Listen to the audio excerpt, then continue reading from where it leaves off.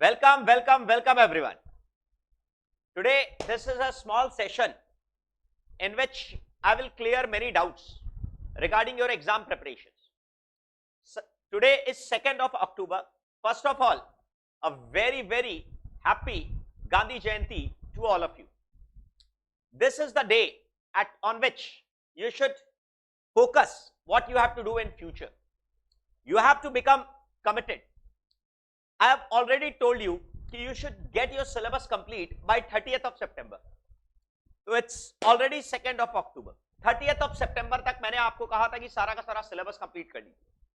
कई स्टूडेंट्स ने एक सिलेबस कंप्लीट कर भी लिया है. अब दे आर थिंकिंग कि how should I revise. The simple rule is कि आप पहले एक बार YouTube के रिवीजन वीडियोस को चेक कर लीजिए, उससे आपका टॉपिक ब्रश अप हो जाएगा. But do not think that कि वो YouTube का वीडियो से रिवीजन करने से आप उसी को 20 बार देख लेंगे, 50 बार देख लेंगे तो आपका एग्जाम का प्रिपरेशन हो जाएगा. That is the wrong thing. Still you have more than 2 months to go. 2 महीने अभी भी आपके पास बाकी. तो since you have 2 months to go, more than 2 months to go, तो अभी आपके पास काफी समय है. YouTube का रिवीजन वीडियोस एक बार 2 बार देखिए, बस उससे ज्यादा नहीं. ये मत करिएगा कि 60 दिन तक लगातार YouTube का रिवीजन वीडियोस देख रहे हैं, उससे नहीं होगा. डोंट टेक मी रॉन्ग, देखना जरूरी है बट सही तरीके से. क्या करना है, एक बार रिवीजन वीडियोस देख लिया और उसके बाद में चैप्टर का बेसिक फंडामेंटल्स आपको रिवाइज हो गया. उसके बाद जैसे आप क्लास में पढ़ा था उसी हिसाब से आप पढ़ाई करिए. अब क्वेश्चन उठता है कि सर रिवीजन कैसे करें, हाउ शुड आई रिवाइज. जो वापस से पढ़ा है पूरा का पूरा वापस से पढ़ना है क्या, सब्जेक्ट वाइज. सबसे पहले मैं अकाउंट्स की बात करता हूं. अकाउंट्स के अंदर में रिवीजन कैसे करना है. अकाउंट्स के अंदर में जो आपको कंसेप्ट पढ़ाया गया है, जो आपको डिस्कशन दिया गया है, जो चीज आपको क्वेश्चंस के पहले नोट्स लिखा गया है, उन पर ध्यान दीजिए. उनको वापस से करिए, उनको वापस से 2 बार 3 बार उनको 5 बार 10 बार रिवाइज करिए. पॉइंट्स को याद रखने की कोशिश करिए, क्या बोला जा रहा है उसको समझने की कोशिश करिए. अगर कोई जर्नल एंट्री है तो उस जर्नल एंट्री के पीछे में बगल में क्या लिखा हुआ है, क्या चीज डेबिट हुआ है, क्या चीज क्रेडिट हुआ है, उसको याद रखने की कोशिश करिए. अकाउंट का नेचर क्या है वो याद रखने की कोशिश करिए कि अगर आप कोई चीज को डेबिट कर रहे हैं तो क्यों कर रहे हैं, व्हाई, उसको ज्यादा याद रखने की कोशिश करिए. रूल्स को ज्यादा याद रखने की कोशिश करिए. सवाल, उसके बाद रूल्स को 3 बार 4 बार रिवाइज करिए. पर सवालों को सर एक ही जैसे रेपिटेटिव नेचर के क्वेश्चंस हैं उनसे आगे बढ़िए, उनको बार बार बेकार में मत करिए. प्रैक्टिस, अकाउंट्स प्रैक्टिस करना है बट सारा का सारा 100% क्वेश्चंस प्रैक्टिस नहीं कर पाएंगे आप. अप्रोक्सीमेटली 50% के आसपास प्रैक्टिस करना, और वो भी जल्दी ऑब्वियसली जल्दी प्रैक्टिस करना है. तो ये अकाउंट्स का रिवीजन. कंसेप्ट्स को 3 बार 4 बार देखना है. जर्नल एंट्री में डेबिट हुआ तो क्यों हुआ, क्रेडिट हुआ तो क्यों हुआ, इस चीज को कॉस्ट में इंक्लूड कर रहे हैं तो क्यों कर रहे हैं, क्यों नहीं कर रहे हैं तो क्यों नहीं कर रहे हैं. इस चीज पर ज्यादा ध्यान देना है, इस चीज पर सबसे ज्यादा ध्यान देना है. और सवाल अराउंड 50-55% के आसपास क्वेश्चंस प्रैक्टिस करने, और वो भी जल्दी. ठीक है. सेकंड, लॉ में आते हैं और इंग्लिश में आते हैं. लॉ का कैसे प्रिपरेशन करना है, लॉ का प्रिपरेशन कैसे करना है. सर जो भी चीज आपको पढ़ाया गया है आपको पहले चैप्टर का रिवीजन YouTube पर देख लेना है ताकि ब्रश अप हो जाए. फिर उसके बाद उसके बाद क्या करना है, जो चीज आपको कॉपी में और बुक में लिखवाया गया है एग्जाम्पल, वो सारी चीजें वापस से आपको देखनी है. हर एक कंसेप्ट को मैं हिंदी में लिखवा देता हूं, उन हिंदी के सेंटेंस को लिखना है. तो हिंदी के सेंटेंस को याद रखना है, किस टॉपिक के अंदर क्या क्या चीजें आई. अब जैसे नो कंसिडरेशन नो कॉन्ट्रैक्ट, उसका एक्सेप्शंस, तो उन एक्सेप्शंस में क्या क्या पॉइंट्स हैं वो पॉइंट्स आपको याद रखना, और उसके अंदर में क्या कंटेंट है, हिंदी में जो स्टेटमेंट है उनको याद रखना. उनको बार बार रिवाइज करना है, बार बार उनको रिवाइज करना है. केस स्टडीज को पढ़ते समय यह देखना है कि मैं आइडेंटिफाई कर पाता हूं क्या, कैन आई आइडेंटिफाई कौन सा टॉपिक का है, कॉन्ट्रैक्ट एक्ट का है, सेल ऑफ गुड्स एक्ट का है, ये पार्टनरशिप का है, कंपनीज एक्ट का है, क्या चीज का केस स्टडी, कौन से चैप्टर का. ये बहुत इजीली हो जाएगा। उस चैप्टर में कहां पर वो टॉपिक है वो मैं आइडेंटिफाई कर सकता हूं। ये चीज आइडेंटिफाई करना, केस स्टडीज को पढ़ते समय उसमें क्या बोला जा रहा है वो समझना है, इसमें कौन सा प्रोविजन अप्लाई होगा वो देखना है, वो रिवाइज करना है। That is something that you need to revise. Sir law में थ्योरी कैसे रिवाइज करना है, मैंने आपको कहा हेडिंग्स याद रखना है और उसके बगल में जो हिंदी में स्टेटमेंट है उस स्टेटमेंट को रट्टा नहीं मारना है, समझना है और किसके अंदर में क्या चीज है वो याद रखना है। केस स्टडीज को कैसे करना है, केस स्टडीज को रीड करना है, समझना है कि उसमें क्वेश्चन क्या है, प्रॉब्लम क्या है, सिचुएशन क्या है, कौन सही है कौन गलत है। क्या हम उस रेलेवेंट सेक्शन को आइडेंटिफाई कर पाते हैं क्या कि ये जो टॉपिक है वो कहां पर था, फटाफट हम बिना ढूंढे फटाफट आइडेंटिफाई कर पाते हैं क्या कि ये इस पेज पर है, पेज नंबर नहीं बोल रहा हूं, इस पॉइंट पर है। ये आपको एक्सपर्टाइज लेना है।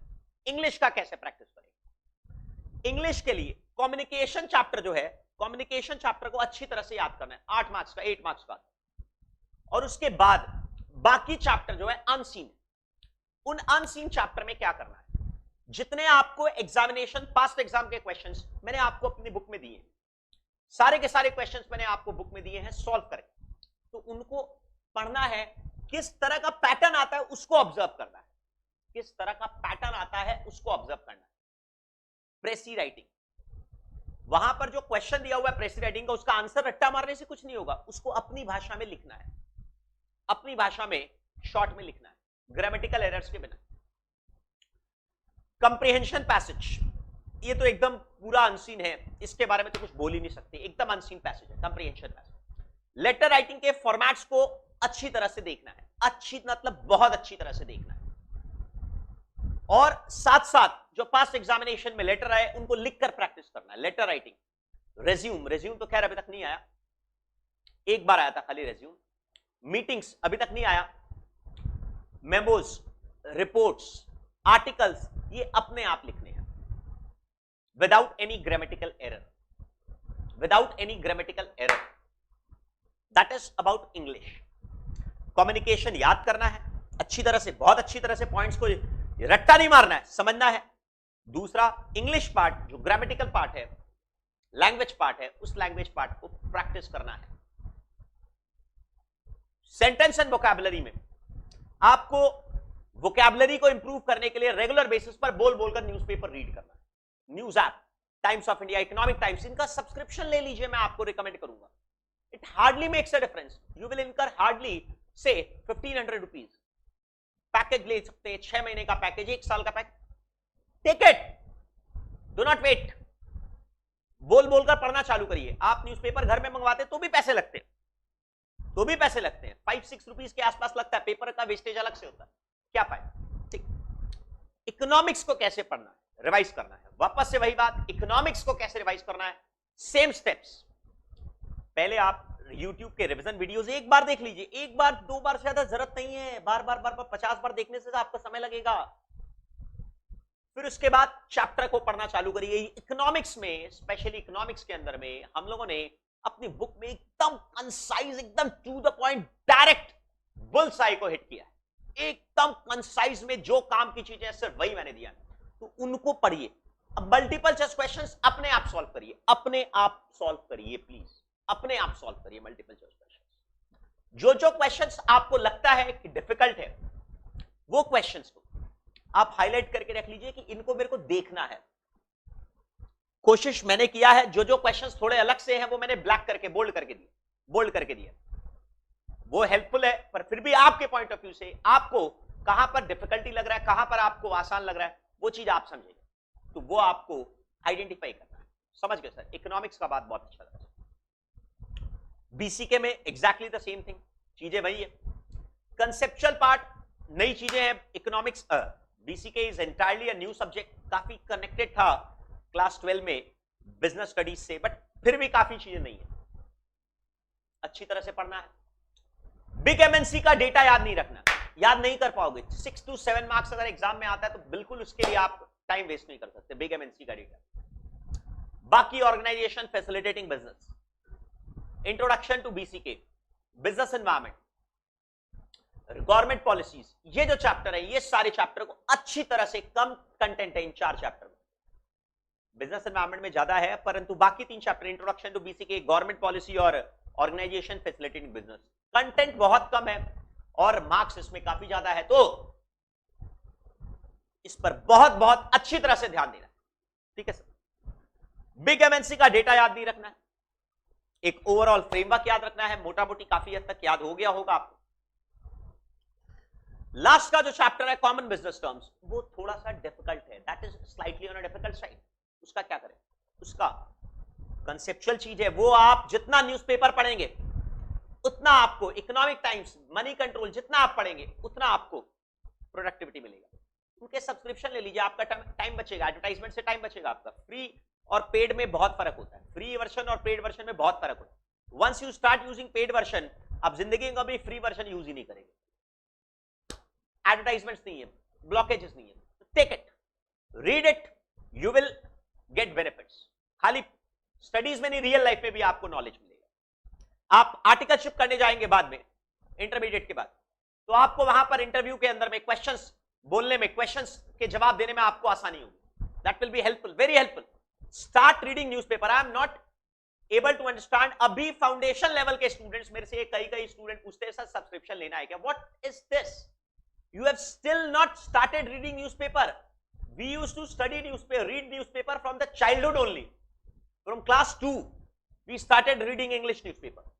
Where you are still in not reading a newspaper on a daily basis. That's very bad. You should start reading. फिर इसके बाद मैथमेटिक्स का कैसे प्रिपरेशन करें, this is something which 2 types of different students should make separate plans. Maths background के students अलग plan है, non maths background के स्टूडेंट्स का अलग प्लान है। मैथ्स बैकग्राउंड के स्टूडेंट्स कैसे करेंगे, डोंट बी ओवर कॉन्फिडेंट। कुछ स्टूडेंट्स मैथ्स लिया हुआ था 12 में बट पढ़ते नहीं थे, तो they shall consider themselves in non maths background. Maths था 12 में but they did not care about that, तो वो अपने को नॉन मैथ्स बैकग्राउंड में समझेंगे। जिनका मैथ्स था और जो अच्छी तरह से पढ़ते थे वो एक अलग और बाकी लोग एक तरह। तो जिनका मैथ्स था अच्छी तरह से पढ़ा हुआ है, मतलब they have scored quite well 90-95 plus in mathematics, ISC, CBSE, WB, state boards में 90% के आसपास स्कोर किया, अच्छा मतलब इंटरेस्ट आता था उनको। वो लोग क्या करेंगे, कैलकुलस का पार्ट अपने आप धड़ाधड़ हो जाता है बहुत जल्दी। Indices, logarithms, O my God, unbelievable, they can जबरदस्त रूप से हम लोगों का दोनों बुक को धड़ाधड़ सॉल्व कर सकते हैं, बहुत अच्छी तरह से सॉल्व कर सकते हैं। इजी चैप्टर है, indices, law, quadratic, linear equations, inequalities, my God unbelievable. Logical reasoning जान लगा दो एकदम पूरा, कहीं गलती नहीं होना चाहिए। 20 में 20 मार्क्स से नीचे आना नहीं चाहिए, 20 में 20। 4 चैप्टर है, बहुत ही आसान, simple. Statistics part, central tendency, dispersion, oh my god जान लगा दी। Time value of money mathematics में बहुत जबरदस्त हो, ठीक है। प्रोबेबिलिटी भी कर सकते हैं, प्रोबेबिलिटी आपने पढ़ा हुआ है, मैथ्स बैकग्राउंड के स्टूडेंट की बात कर रहा हूं अभी। प्रोबेबिलिटी डिस्ट्रीब्यूशन आपने पढ़ा हुआ है, बाइनोमियल थोड़ा पढ़ा हुआ है, आपके लिए आसान है, मेरे को मालूम है। तो आप मैथ्स में बहुत ऑलरेडी आपके पास कमांड है, अब और उसको इंप्रूव करिए। स्टैटिस्टिक्स पर ध्यान दीजिए, जिनका मैथ्स था वो लोग स्टैटिस्टिक्स पार्ट पर ज्यादा ध्यान दीजिए, क्योंकि मैथमेटिक्स उनका ऑलरेडी स्ट्रांग है। मैथ्स बैकग्राउंड के स्टूडेंट्स, नॉन मैथ्स बैकग्राउंड के students, what they will do, non maths background के स्टूडेंट वो लोग क्या करेंगे, नॉन मैथ्स बैकग्राउंड के स्टूडेंट्स, कुछ बार बार मैं क्लास में भी बोल चुका हूं, बाद में भी बोल चुका हूं, कई बार आपसे मिलने उस समय भी मैं आपको बोल चुका हूं, कई सेशंस में मैं आपको बोल चुका हूं। नॉन मैथ्स बैकग्राउंड के student what they will do, वो लोग क्या करेंगे, नॉन मैथ्स बैकग्राउंड के स्टूडेंट जो इंपॉर्टेंट ज्यादा मार्क्स के चैप्टर है जान लगा देंगे, और जो बहुत डिफिकल्ट चैप्टर है अगर ना हो सके स्किप कर देंगे, टेंशन का क्या है। नॉन मैथ्स बैकग्राउंड के स्टूडेंट्स की बात कर रहा हूं मैं, बहुत बार बोल चुका हूं मैं, फिर से बोल लूं, टाइम वैल्यू ऑफ मनी दोनों बुक सॉल्व कर लो, मेन बुक और पास एग्जाम बुक, जी जान लगा दो। Logical reasoning, O my God पूरा जान लगा दो, गलती होने का सवाल ही नहीं। सेंट्रल टेंडेंसी डिस्पर्शन चैप्टर भी इजी है, इंपॉर्टेंट भी है, मार्क्स भी ज्यादा है और रियल लाइफ में भी काम आता है। खा जाओ, पूरा का पूरा चैप्टर को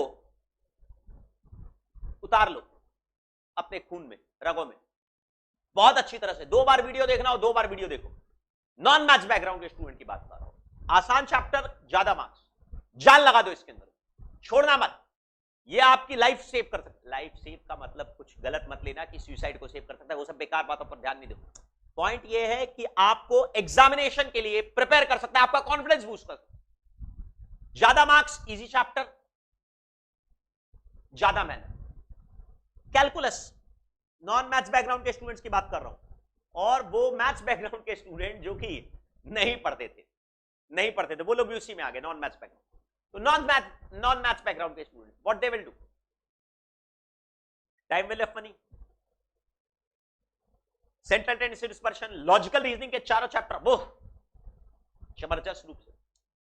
अच्छा, एक बात मैं आपको और बता दूं, इंस्टीट्यूट ने नवंबर एग्जाम से 3 चैप्टर को डिलीट किया था, मैट्रिसेस, टाइम सीरीज और सिलॉजिज्म। उसके बाद नया अभी तक मार्किंग पैटर्न नहीं दिया है। मार्किंग पैटर्न जब इंस्टीट्यूट देगा तो हो सकता है हल्का फुल्का स्ट्रेटेजी में चेंज हो जाए, और जब होगा चेंज, जब इंस्टीट्यूट वो नोटिफाई करेगा, तब मैं खुद ही अपने आप वापस आपको एक बार बुलाऊंगा और उसके ऊपर बात कर लूंगा कि अगर माइनर चेंज हुआ तो बात कर लेंगे, मेजर चेंज हुआ मार्किंग पैटर्न में तो हम लोग बात कर लेंगे। 3 चैप्टर रिमूव किए हैं, सिलॉजिज्म को हटाया गया, टाइम सीरीज को हटाया गया और मैट्रिसेस को हटाया गया। तो उसके चलते क्या मार्किंग पैटर्न में माइनर चेंज हुआ तब तो कोई टेंशन नहीं है। मेजर चेंज अगर, जो कि मेरे को लगता नहीं है, मेजर चेंज हुआ मार्किंग पैटर्न में तो फिर ध्यान देना पड़ेगा।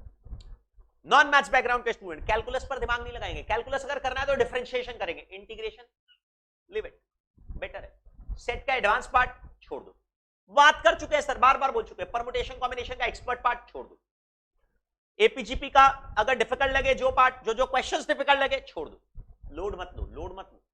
प्रोबेबिलिटी एक्सपर्ट पार्ट स्किप कर दो। डिस्ट्रीब्यूशन कंसेप्चुअली इजी है, कंसेप्चुअली दिक्कत नहीं है, बट जो सॉल्व करने का चक्कर है वो थोड़ा डिफिकल्ट है। ऐसे तो सर इंटीग्रेशन और डिफरेंशिएशन में भी कंसेप्चुअली कुछ नहीं है, बट जो सॉल्व करने का बड़े बड़े सवाल होते हैं उसमें झमेला होता है। कंसेप्चुअली तो आपने पूरा डिटेल में बात किया है, प्रॉब्लम होगा ही नहीं, वैसे दिक्कत ही नहीं। ठीक, नॉन मैथ्स बैकग्राउंड के स्टूडेंट्स को प्रोबेबिलिटी का एक्सपर्ट पार्ट डिफिकल्ट पार्ट है, बेस थ्योरम या फिर बॉल ड्राइंग प्रॉब्लम्स, ये जो कंफ्यूजिंग पार्ट है, ये सब में दिमाग कम लगाओ, बल्कि इजी पार्ट में ज्यादा दिमाग लगाओ, ज्यादा बेटर रहेगा। इंडेक्स नंबर, अगर आपको लगता है कि इंडेक्स नंबर का बाद का पार्ट बहुत ही क्लमजी है, लोड मत लो, कम लोड लो।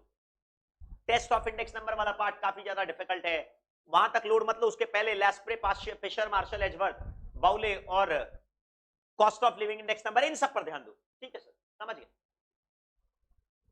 नॉन मैथ्स बैकग्राउंड के स्टूडेंट्स और मैथ्स बैकग्राउंड के स्टूडेंट्स। अच्छा, अकाउंट्स में भी मैं वैसे ही बोल देता हूं, अगर आपका कुछ स्टूडेंट का अकाउंट्स वीक था तो वो एक्सपर्ट्स पार्ट को स्किप करो, एक्सपर्ट पार्ट पे देखो। मैं ये नहीं बोल रहा हूं कि एक्सपर्ट पार्ट को स्किप करने पर रिस्क नहीं है, एग्जाम में आ सकता है, नहीं आएगा, आ सकता नहीं आएगा, बट आपके पास ऑप्शन नहीं है, क्योंकि आप एक्सपर्ट पार्ट में, अगर अकाउंट्स में बोल रहा हूं, जिनका अकाउंट्स वीक है, जिनका फंडामेंटल्स 11 12 में ढंग से पढ़े नहीं थे या जर्नल एंट्री में दिक्कत होती है, एक्सपर्ट पार्ट में ये नहीं बोल रहा हूं कि मैं आप, पॉइंट ये है कि एक्सपर्ट पार्ट से आएगा एग्जाम में क्वेश्चन, बट आप वहां तक पहुंचेंगे तब तक आपको बेसिक तो पूरा करना पड़ेगा, उसके बाद ही एक्सपर्ट करोगे। और दूसरी बात, अगर एक्सपर्ट पार्ट से क्वेश्चन आ भी जाता है और आप आधा अधूरा भी करते तो स्टेप मार्किंग तो मिलेगा आपको, स्टेप मार्किंग तो मिलेगा आपको। फिर प्रॉब्लम क्या है, where is the problem? No problem at all. तो सर इस तरीके से आप अपना प्रिपरेशन करिए, चारों सब्जेक्ट का मैंने आपको बताया। जो मैंने आपको बताया इस वीडियो को मैं YouTube पर भी डाल दूंगा, आप इस वीडियो को जरूर से बार बार देख सकते हैं, कोई दिक्कत नहीं है, ताकि आपको प्रिपरेशन का स्ट्रेटेजी आइडेंटिफाई हो सके। अच्छा, एक बात और मैं आपको बार बार बोल चुका हूं, I have told you in the very beginning in all the classes, ये गूगल ड्राइव का लिंक मैंने आपको दिया था, एक कार्ड भी मैंने आपको दिया, उसमें सारे रिवीजन का लिंक और इस गूगल ड्राइव का सब कुछ का लिंक दिया हुआ।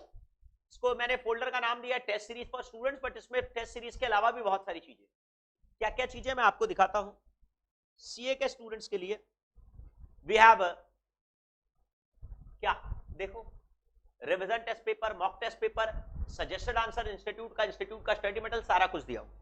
इसके अलावा एग्जाम के लिए कुछ इंपॉर्टेंट पॉइंट्स हैं, वो भी मैंने यहां पर लिख कर दिए हैं। एग्जाम्स के कुछ इंपॉर्टेंट पॉइंट्स हैं, वो भी आपको यहां पर लिख कर दिए मैंने, उसको भी थोड़ा ध्यान दे दीजिएगा। एवरीथिंग मतलब एग्जाम के लास्ट डे तो ये पेपर मैं जरूर से आपको दूंगा ही, पर मैंने अभी अपलोड करके दे दिया है, सो दैट अकाउंट्स में क्या चीजें आपको ध्यान रखनी है, लॉ में, इंग्लिश में, मैथ्स में, इकोनॉमिक्स में क्या चीजें आपको ध्यान रखनी है। मैथ्स और इकोनॉमिक ये एकदम लास्ट डे के दिन थोड़ा देख लेते हैं हम लोग बात भी कर लेते हैं कि क्या इस तरह से पैटर्न है। इंग्लिश और इकोनॉमिक्स और मैथ्स का पेपर आपको वहीं पर सबमिट करना है, लेकर नहीं आना है। छोटी मोटी बातें, मल्टीपल चॉइस क्वेश्चंस हैं।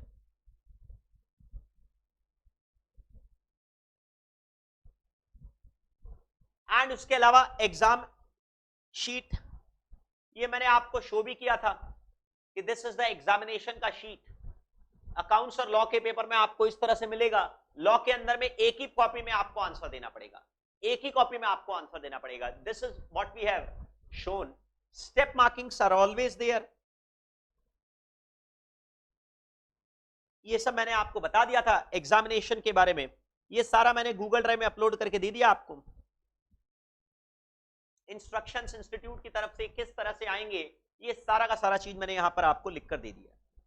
मतलब इंस्टीट्यूट की आंसर शीट को मैंने लिख कर दिया है। और उसके बाद ये अकाउंट्स और लॉ का आंसर शीट है, ऑब्वियसली ये जो पिंक कलर में है, पिंक और ब्लू कलर में, इसी के हिसाब से मैंने अपने बुक का टेक्स्ट कलर भी किया है, पिंक और ब्लू, इसी कलर का कॉम्बिनेशन करके मैंने किया है ताकि आपको देखने में आदत पड़ जाए। और ये मैथ्स और इकोनॉमिक्स के पेपर के अंदर में मल्टीपल चॉइस क्वेश्चन का पेपर पैटर्न कुछ इस तरह, बबल शीट कुछ इस तरह से रहेगा, ये कि मशीन से स्कैन किया जाएगा और आपका एग्जामिनेशन का मार्क्स पता लग जाएगा। ये काफी डल है क्योंकि इंस्टीट्यूट ने स्कैन इसी तरह से करके दिया था, तो ये इंस्टीट्यूट की वेबसाइट पर भी अवेलेबल है। चल, ये बेसिक बातें हैं, रोल नंबर एंड आपका रजिस्ट्रेशन नंबर और सेट कोड, ये सब चीजें आपको लिख कर देनी है। और क्या है, सिंपल सा। इसके अलावा अगर आपको अकाउंट्स और लॉ में किसी भी क्वेश्चन में कहीं पर भी कोई भी दिक्कत होती है, अटकते हैं, तो आप हमारी पर गूगल ड्राइव पर जाइए, वहां पर आपको revision test paper, mock test paper, institute के सजेस्टेड आंसर्स, सारी चीजें एक जगह इकट्ठा करके एकदम सिंपल सा। सजेस्टेड आंसर्स का मतलब इंस्टीट्यूट ने जो एग्जामिनेशन लिया है उसका आंसर। रिवीजन टेस्ट पेपर, हर एग्जामिनेशन के 2 महीने पहले इंस्टीट्यूट एक सजेशन भेजता है, रिवीजन टेस्ट पेपर बोलते हैं। आपको भी मैंने करवाया भी है, लॉ और अकाउंट्स का करवाया भी है। मॉक टेस्ट पेपर, हर बार इंस्टीट्यूट एक मॉक टेस्ट देता है 1 महीने पहले एग्जामिनेशन के, वो मॉक टेस्ट पेपर्स क्वेश्चंस के साथ उनके सॉल्यूशंस। और इसके अलावा इंस्टीट्यूट का study material for your simple ready reference, merge किया हुआ एकदम अच्छी तरह से सिस्टमैटिक ढंग से दिया हुआ है। अकाउंट्स और लॉ के अंदर में revision test paper, mock test paper है, बट मैथ्स और इकोनॉमिक्स में रिवीजन टेस्ट पेपर नहीं होते, मॉक टेस्ट पेपर है और इंस्टीट्यूट का स्टडी मटेरियल है। Past exam questions institute publish नहीं करता तो अवेलेबल नहीं है। मतलब जो इंस्टीट्यूट पब्लिश करता है वो सारा का सारा चीज आपको हिंट दिया हुआ है, ढूंढने के लिए आसानी होगा। Still you have more than 2 months, you just start studying now on an immediate basis।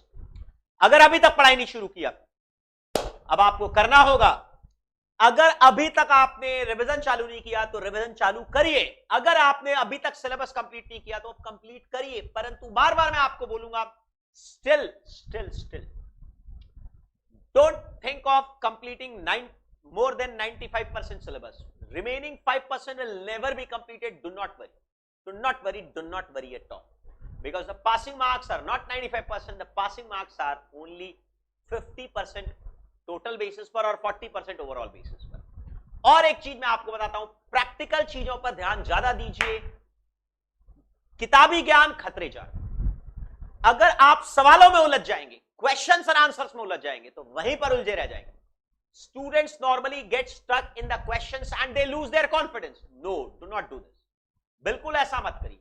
अगर आपका कंसेप्ट अच्छी तरह से समझ में आ गया और क्वेश्चंस में अगर आपने कोई छोटा मोटा क्लेरिकल एरर कर दिया तो भी डोंट वरी, एग्जाम में स्टेप मार्किंग है और लाइफ बहुत बड़ी है।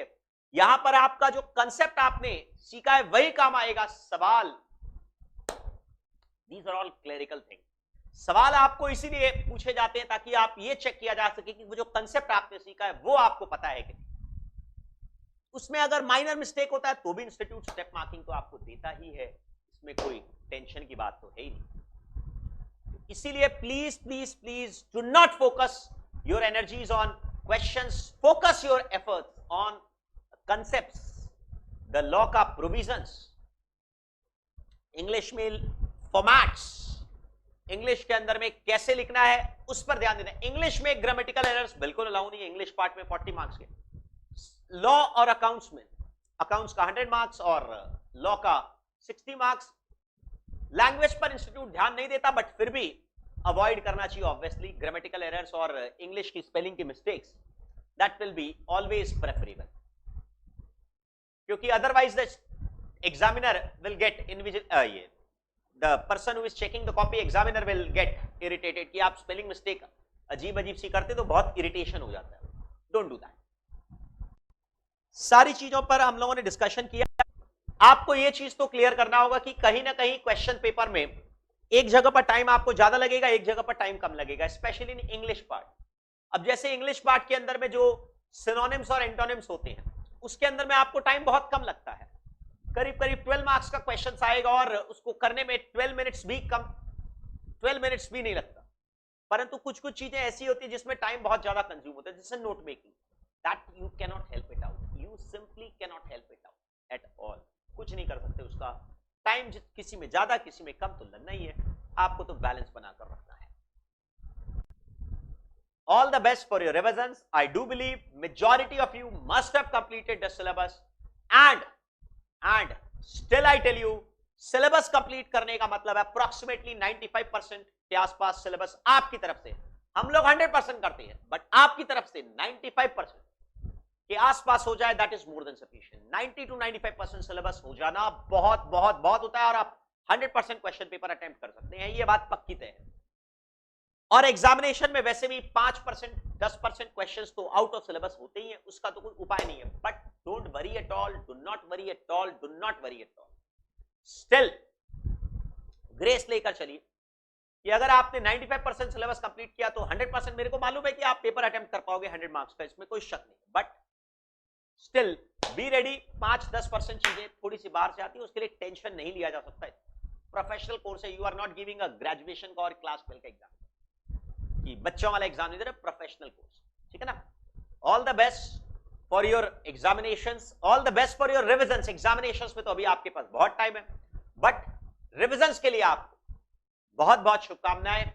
2 महीने से ज्यादा है आपके पास, कंप्लीट सिलेबस हो चुका है, काफी दिन ऑलरेडी हो चुके हैं हमारे, करीब करीब 20 डेज के आसपास हमारा सिलेबस कंप्लीट ऑलरेडी हो चुका है। 2 अक्टूबर है आज और 10 सितंबर के आसपास हम लोग ऑलरेडी सारी चीजें कंप्लीट कर चुके हैं। Revision test paper, mock test paper, RTP हम लोगों ने सॉल्व कर दिए, आपको डीटीएच में दे दिया और इसके अलावा आपको दिमाग पर स्ट्रेस देने की जरूरत नहीं और जी जान लगाकर पढ़िए और रिवीजन कैसे करना है वो सारा मैंने आपको आज सेशन में बता दिया। All the best to all of you, thank you.